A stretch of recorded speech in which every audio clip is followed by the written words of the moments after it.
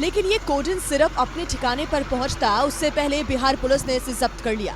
करीब 220 cartoon coding syrup police ने जब्त किया, जिसमें 100 ml की 30,800 बोतल है। 16,800 पीस कोडिन फॉस्फेट का सिरप इधर है और उधर जो है 100 पीस है, 14,000 पीस कोडिन फॉस्फेट का सिरप वो हो गया। एक ट्रक से एक अभियुक्त गिरफ्तार हुआ है और एक कंटेनर से इस पे गिरफ्तार हुआ है।